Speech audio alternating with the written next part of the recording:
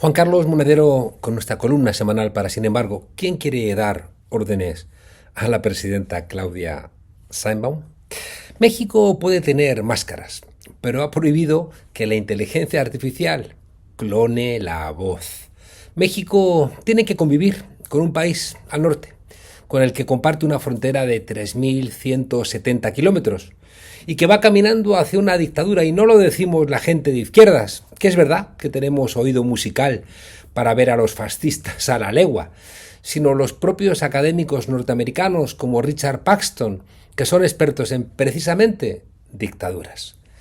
Silencian periodistas, someten a jueces, impiden elecciones, matan a disidentes, encarcelan manifestantes, controlan medios de comunicación, amenazan países. Los dictadores dictan a los demás lo que tienen que hacer porque son supremacistas y consideran a todos los demás inferiores. Pero no pensemos que pueden hacer sin más todo lo que les dé la gana. Esa forma de pensar les entregaría aún más poder del que tienen. No nos equivoquemos, porque ya tienen bastante poder. Tienen que enmascarar sus decisiones, aunque cada vez lo hacen con menos credibilidad. Por eso Trump necesita el argumento de la lucha contra la droga, contra el fentanilo, la lucha contra los inmigrantes ilegales. Cuando México abate al Mencho, el jefe del cártel Jalisco Nueva Generación, el más buscado, el principal responsable del fentanilo que llega de fuera a Estados Unidos, no olvidemos que una parte importante de ese fentanilo lo producen ellos mismos, los norteamericanos. Entonces el gobierno de Claudia Sheinbaum demuestra eficiencia y determinación, y Trump se queda sin argumentos contra el vecino del sur. No es extraño que la respuesta de Trump a la muerte del Mencho haya sido prácticamente el silencio. Puedes apretar las tuercas de la economía mexicana, tienes poder para eso, pero no puedes dar órdenes a Claudia Sheinbaum, porque a Claudia Sheinbaum solamente le da órdenes el pueblo de México.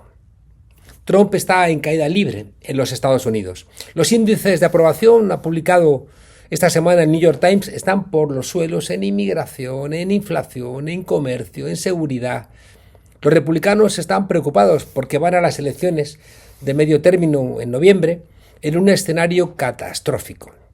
Pero Trump, ¿qué? Trump, como siempre, hace como que eso no existe y lo intenta compensar, como siempre han hecho todos los presidentes norteamericanos, republicanos o demócratas, cuando tienen problemas, con agresividad hacia afuera. Con algunos países, pues le salen bien las cuentas, con otros no tanto. Trump ha tenido que mencionar en el discurso de la Unión esta semana, aunque indirectamente, la muerte de uno de los capos más siniestros, aunque ha querido, claro, apuntarse el tanto. No ha tenido ni el coraje ni la honestidad de decir que ha sido una operación mexicana, en donde ellos, han colaborado con la tecnología de escucha y localización, tienen un gran despliegue tecnológico. En su narrativa intentaban que hubiera sido una obra de ellos, como con el secuestro en Venezuela del presidente Maduro. Ellos hubieran sido los protagonistas y ponerse las medallas y hacer una película. Pero en la película de la caída del criminal del Mencho, el protagonista pues no ha sido el general Custer, sino los indios, que han sido los que han acabado con el cuatrero. Es verdad que hoy la derecha latinoamericana y europea está subordinada a los Estados Unidos de palabra y de hecho, de manera que sus acciones son acciones que acercan la entrega del territorio, es decir, de su mercado, de sus recursos, de sus bases militares al gigante del norte. Ahí está lo que está haciendo Argentina con Milei o Ecuador con Noboa. Y todo ese discurso también es un discurso indirecto de colaboracionismo con el presidente del pelo naranja, como hace la derecha mexicana o venezolana, sin cansarse. Y también es verdad que como Trump es contradictorio, esas derechas hacen constantemente el ridículo y se ven obligadas a decir una cosa y la contraria para seguirle el paso a su señorito, sin el menor rubor. En México, la oposición a Claudia Sheinbaum estaba pidiendo día sí y día también una intervención de los Estados Unidos, única forma en su cabeza de desalojar a Morena del poder, toda vez que están demostrando su incapacidad para ganar en las urnas. Cuidado cuando la derecha piensa que no puede ganar en las urnas. Soñaban con que el ejército norteamericano pusiera la bandera en suelo mexicano y ejecutaran a todos los que llevan tatuajes, o que los drones dibujaran en el cielo mexicano también esa bandera de las barras y las estrellas al sur del río Bravo, y que las fachadas de Chihuahua y de Jalisco se llenaran de señales de balazos, y después de que en una operación conjunta Sabatiera a Nemesio o ceguera a Cervantes, al Mencho, el todopoderoso líder del cártel Nueva Generación Jalisco, y que, como era de prever, se desatara el caos en muchos puntos del país, a ver si que alguien piensa que en 6 años se van a cambiar las lógicas mexicanas. Pues resulta que esos mismos de la derecha mexicana claman al cielo que cómo es posible que se haya matado a ese narco si se sabía que iban a vengarse, o que cómo es posible que Estados Unidos haya sustituido al ejército mexicano, que es mentira, que el propio gobierno norteamericano, a través de su embajada, ha recordado que ha sido una acción del ejército mexicano donde los estadounidenses solo han colaborado en tareas de inteligencia. Cuando ya digo esta derecha ha estado pidiendo día sí, día también que los marines cruzaran la frontera mexicana, cuando esa derecha ha llorado por la supuesta incapacidad del ejército mexicano y llevan pidiendo mano dura desde el día que ganó López Obrador, que eso de abrazos en vez de balazos no funcionaba. Eso sí, las derechas nunca reconocerán que los Estados Unidos son los grandes financiadores de la droga, porque son los principales consumidores. Más allá de que además todo ese circuito económico de la droga que se cruza con el de las armas que suministran ellos, los norteamericanos, a los cárteles, termina todo ese dinero en el sistema financiero norteamericano. Y que fue el presidente Felipe Calderón, del derechista PAN, el que empezó el naufragio en el que hoy navegan como reyes los jefes de los cárteles. Repito, en 6 años ni en 8 solventas un problema de decenios. Uno de los problemas de la posmodernidad es que nos dificulta el análisis de cosas tan evidentes como hablar de economía, de lo material, es decir, del capitalismo, y recordar cosas tan evidentes como las invasiones, el uso de la fuerza, los ejércitos, o el control de la ciudadanía de un país para quedarse con sus riquezas, esclavizarlos, controlar ese mercado o usar su territorio. Había una palabra, que era la idea de imperialismo, que nos recordaba estas cosas, pero hoy en día, donde cada uno de nosotros no habrá visto ¿qué? Menos de medio centenar de películas de guerra, donde invariablemente los norteamericanos ganan, resulta que ese concepto de imperialismo nos suena a un trapo viejo, que solo usan los desfasados izquierdistas, que se quedaron en el pasado. Hablar de imperialismo, empezó a decir la posmodernidad, es un recurso perezoso, de gente que se niega a asumir que estamos en el siglo XXI, pero eso oculta algo muy profundo, y es que en Europa es imposible hablar de democracia si no hablamos de antifascismo. De la misma manera que nadie puede hablar en América Latina, nadie puede hablar en México de democracia sin ser antiimperialista. Estados Unidos es una potencia con capacidad nuclear que gasta en armamento casi $1 billón, el 39% del gasto mundial total, una cifra que supera la suma de los siguientes 10 países, incluyendo a China y Rusia, que ha solventado históricamente sus problemas con bombas, con misiles, con mercenarios, ahora los llaman contratistas, con golpes de Estado y con presiones. Un país que se ha aliado históricamente con dictaduras y que ha usado el mercado y la democracia parlamentaria siempre y cuando no dificulte su verdadera vocación, que es el dinero. La izquierda siempre ha hablado de Estados Unidos como una potencia imperialista, pero ya digo ese nombre, dice la posmodernidad, suena antiguo. Cosas de la vieja izquierda. Es verdad que hay un problema porque las referencias al imperialismo pensamos en la Guerra Fría, al enfrentamiento entre Estados Unidos y la Unión Soviética que marcaron todo el siglo XX y por eso suena antiguo porque ya no existe la Unión Soviética y hablar de imperialismo a menudo parece un recurso nostálgico de aquella época. Y que nadie se equivoque, Rusia hoy con Putin no tiene nada que ver con la Unión Soviética. Hoy el mundo es multipolar y mientras que vemos qué hacen China y Rusia, vemos que Estados Unidos está intentando regresar a los tiempos en que América Latina era su patio trasero y nada se movía sin su permiso. Son tiempos difíciles, porque las invasiones hoy tienen otros contornos, el control es diferente. Y el relato está viciado porque mentir se ha convertido en una costumbre y porque el control de los dispositivos ideológicos es enorme.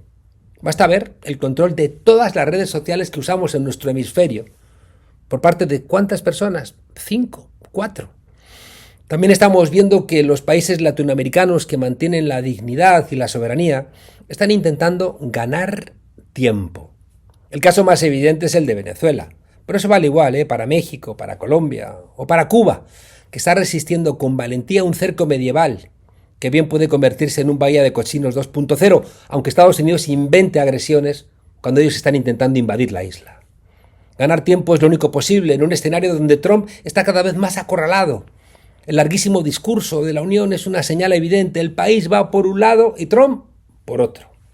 La percepción en la ciudadanía de la economía, del comercio, de la inflación, de la inmigración, tiene crecientes cifras negativas, pero Trump se cree un mago. Rodeado de aduladores, viene de la televisión. Aduladores que saben que tienen poco tiempo para robarse el país y también de idiotas que le creen todas sus mentiras. Pobre gente. La idea de ganar tiempo sigue siendo la más sensata, porque todo sigue agravándose día a día. El negocio de las hamburguesas, leía estos días en una publicación económica norteamericana, está en sus peores momentos. Las causas tienen que ver con la inflación y con los aranceles, claro. Y en diciembre de 2025 el precio de la carne molida aumentó un 15,5% que se traslada, claro, al precio de las hamburguesas. Y los consumidores de bajos ingresos, que son los votantes de Trump, están reduciendo sus visitas a las cadenas de comida rápida. Chao, chao, McDonald's. Consecuencia, pues que cientos de sucursales de cadenas de hamburguesas han cerrado.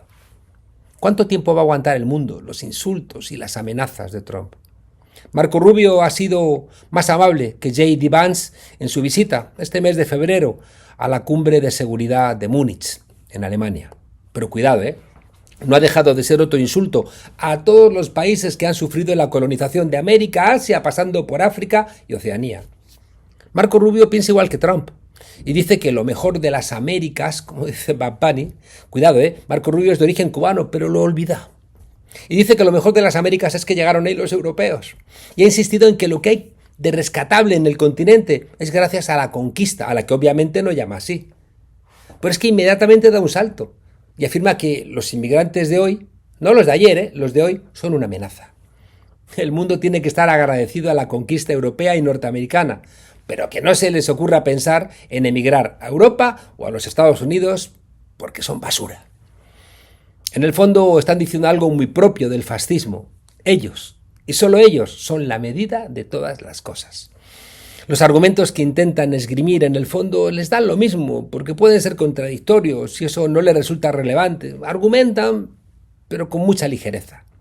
O dicho de otra manera, la retórica del mercado libre, de la oferta y la demanda, de la santidad de la propiedad privada, de la autorregulación del mercado, del mundo libre, de la crítica al Estado, en nombre de la libertad, de la defensa de la soberanía, o la retórica de los derechos humanos y la democracia, son todo mentiras cuando las élites económicas de los países capitalistas, tanto los de siempre como los nuevos, se ven amenazadas interna o externamente, o también si deciden incrementar su riqueza de la manera clásica, es decir, robando a otros países.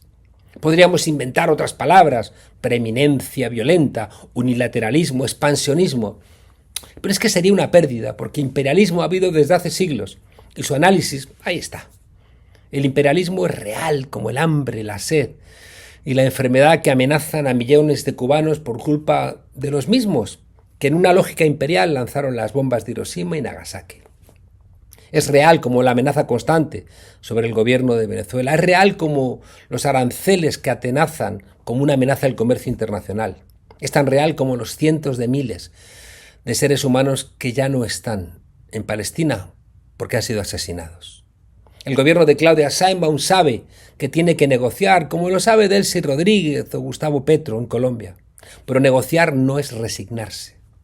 Quizás sea tiempo de reinterpretar la máscara de los mexicanos, no desde la resignación y el miedo, desde la derrota y desde la inferioridad por culpa de la conquista, como explicaron Samuel Flores y Octavio Paz, a mayor gloria del PRI y de la resignación, sino desde esa muestra de orgullo que acompaña a las calles de México el Día de Muertos, que han tomado una película de Hollywood y le han dado la vuelta.